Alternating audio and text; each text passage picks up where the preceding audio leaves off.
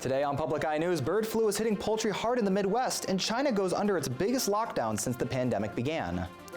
Later, Brennan Ford will have your weather, and Michael Cuddy will have your sports. Hi, I'm Madeline Plattenberg. And I'm Caden Minus, and this is Public Eye News.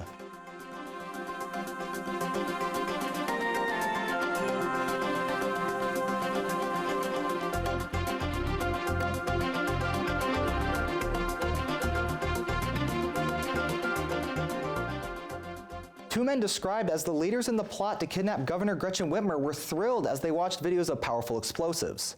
Tim Bates was working undercover, nicknamed Red, when he fooled the group into believing that he could obtain high-grade explosives. The explosives were a key part in the case against Adam Fox, Barry Croft Jr., Daniel Harris, and Brandon Caserta, who are charged with conspiring to kidnap Whitmer because of her tough COVID policies. Bates secretly recorded conversations as he showed up for a training weekend in Luther, Michigan, and shared videos of explosives blowing up an SUV. Bates reported that Fox was excited by what he saw, and Monday was the 11th day of trial, and prosecutors plan to finish presenting evidence this week. And Michigan State Police closed a portion of M28. The closure occurred between Marquette County and the Munising city limits, police said. The National Weather Service discouraged motorists from traveling in Alger, Luce, and northern Schoolcraft counties. It predicted additional snow of up to 3 inches. A wildfire south of Boulder, Colorado was listed at 35% contained by Sunday afternoon, and most evacuations have been lifted according to Boulder Fire Rescue.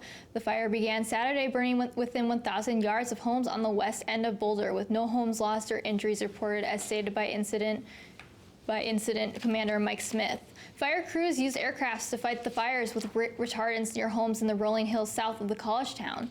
The evacuation area was reduced Saturday evening, covering 1,700 people and 700 residencies. On Sunday, workers reinforced the fire line to make sure fire didn't burn toward Boulder or toward El Dorado Canyon. And an outbreak of bird flu is making its way into U.S. poultry flocks. If the virus spreads further, it could lead to higher poultry prices. The outbreak was confirmed at a commercial flock in Nebraska, which caused 570,000 broiler chickens to be destroyed. 2 million birds at commercial poultry flocks have been affected in both Delaware and Maryland. South Dakota saw an outbreak in the past week that led to the killing of 8,500 birds. And in Wisconsin, a loss of 2.7 million egg-laying chickens. According to USDA's data, there are 59 confirmed sites of avian flu across commercial and backyard flocks in 17 states since the start of the year. And in the state of Indiana, like many others, has lost thousands of birds due to the avian influenza virus. Marley Thomas spoke to the Public Information Director for the Indiana State Board of Animal Health to find out how Indiana is making progress mitigating the spread. Over 171,000 turkeys have been put down in the Hoosier State as a result of 6 farms reporting positive cases of avian influenza. Migratory waterfowl are really the reservoir, and they're in peak migration right now, and they're just moving. While all poultry are susceptible to avian influenza, the affected farms in Indiana have only been commercial turkey farms. Denise Dare-Spears with the Indiana State Board of Animal Health says there's a reason for that. There's some science behind it. They found that turkeys tend to be more susceptible to this particular virus. There are different strains of the avian influenza virus, but this specific strain seems to affect turkeys. Do you think that people with ducks and chickens still need to be just as cautious, even though we're really only seeing it affect turkeys here in Indiana? Everybody who owns poultry should be cautious about that and concerned about it. Your duck and waterbird species, they may get the virus, but they won't look sick. You may remember back in 2015, high pathogenic avian influenza was bad in states out west. That caused the Indiana State Board of Animal Health to take preventative measures. We did suspend shows, and that was the year we had no poultry at the county fairs and at the state fair. After going through a year like 2015 and now seeing avian influenza cases again, Dare-Spears says a lot of people have questions about upcoming poultry shows. That year was crazy and out of control, and we just didn't know what was going on, and we felt like it was important to take that step. We don't feel like things have gotten to that point this year. She says the Indiana State Board of Animal Health does continue to monitor the virus every single day. At this point, the Board of Animal Health has not made a decision that we're going to change course and limit shows or require cancellations at this point. We do footnote that with saying things could change, but at this point we don't have any plans to do that. Reporting in Tippecanoe County, Marley Thomas, News 18. And don't touch that dial, because after this break, Brandon will have your weather and we'll be back with more news. When people put on their jewelry, it's a way to signify their presence, their purpose, their meaning. Jewelry defines what your status is, what your relationships are, what your affinities, your communities, your geography is. Jewelry is essential to one's personhood. Tonight at 9 on WNMU-TV. Hello and welcome back to Public Eye News. My name is Brendan Ford and I will have your weather update for today. If you take a look behind me at the Academic Mall, you can see that a lot of the snow has been melting over the past few weeks, but that doesn't stop the fact that it is still very chilly here in Marquette, Michigan. Looking over in Marquette, we can see it is 22 degrees and partly cloudy, so please bundle up. Let's go ahead and move on to Sault Ste. Marie with a temperature of 20 degrees and mostly cloudy. Over in Manistee, complete cloud coverage with 25 degrees. And over on the southern half of the UP, you can see the sun is out in both Escanaba, Menominee, and Iron Mountain, with 30 degrees in Iron Mountain and Escanaba and 31 degrees in Menominee. Let's go ahead and move on to the west side of the UP. We can see in Ironwood it is really warm over a temperature of 28 degrees and mostly cloudy, and in Houghton 22 degrees and sunny. My apologies. Let's go ahead and look into current conditions of Marquette, Michigan. It's partly cloudy with a temperature of 22 degrees.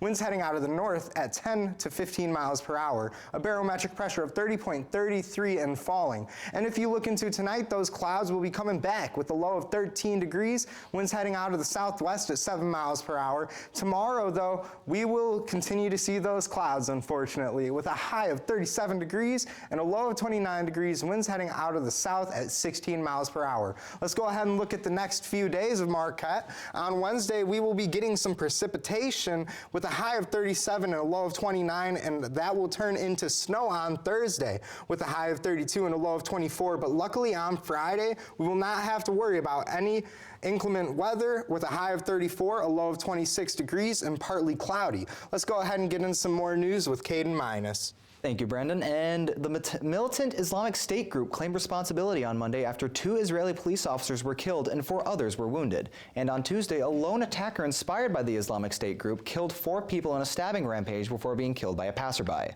Governments around the world condemned the attacks and encouraged citizens to remain vigilant against any terrorist threats.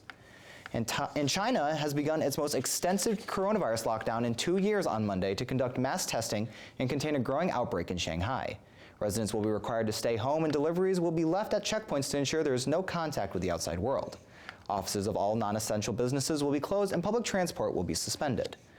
And prospects for peace in Ukraine seem remote at the moment, especially for the millions of Ukrainians whose homes have been destroyed or who have been forced to leave the country.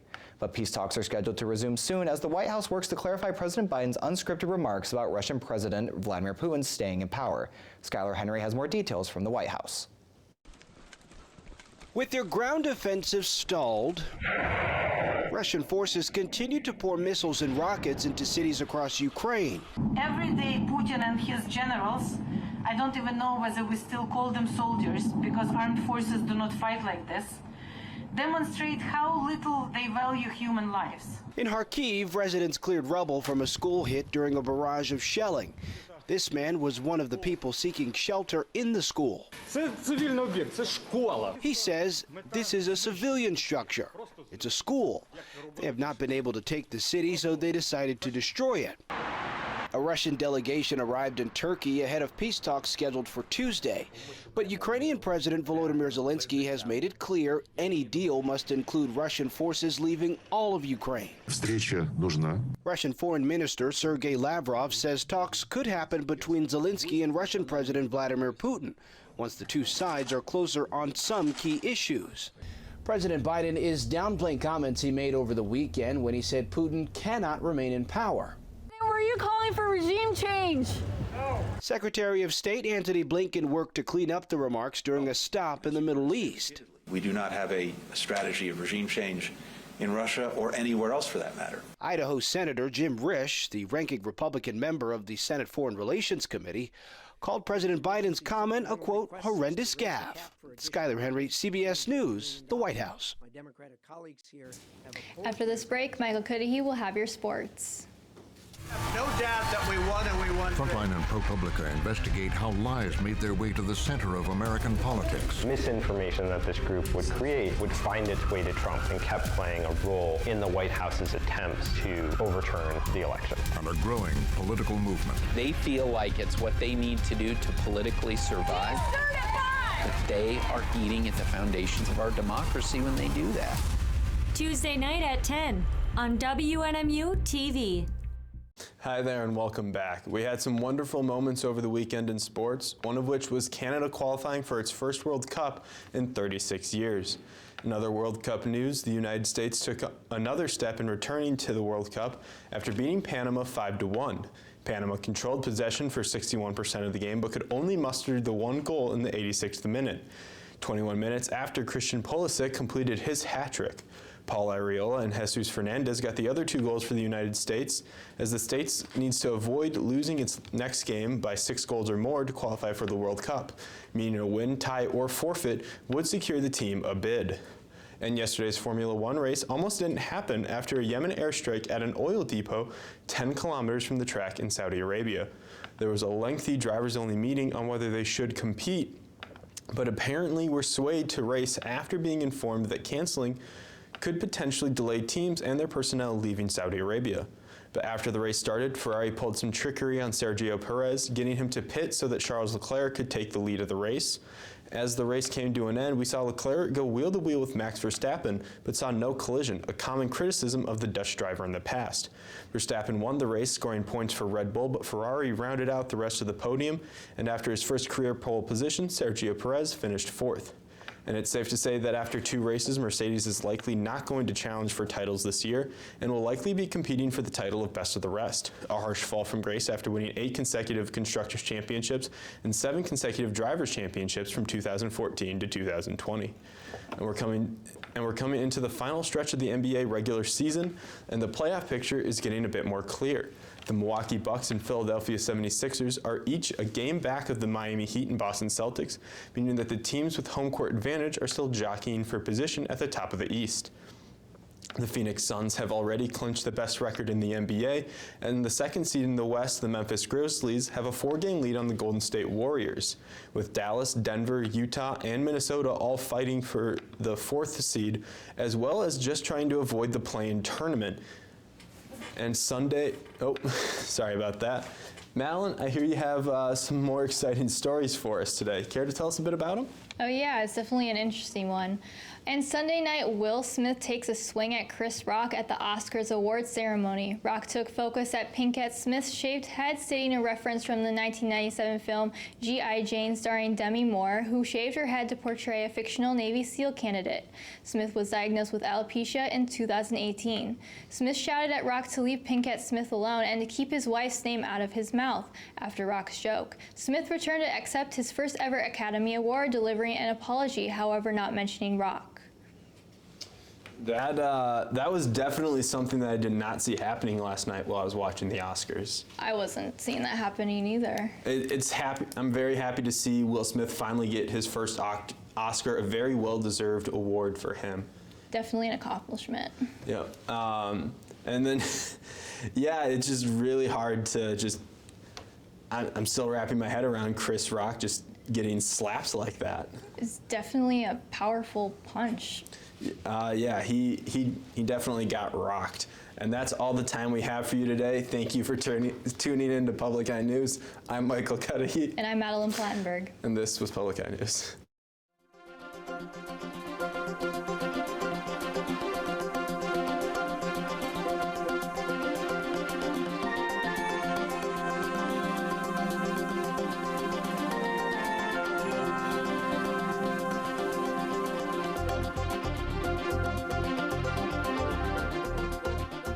The preceding program was produced by WNMU-TV, Northern Michigan University Public Television, in studios located in Elizabeth and Edgar Hardin Hall.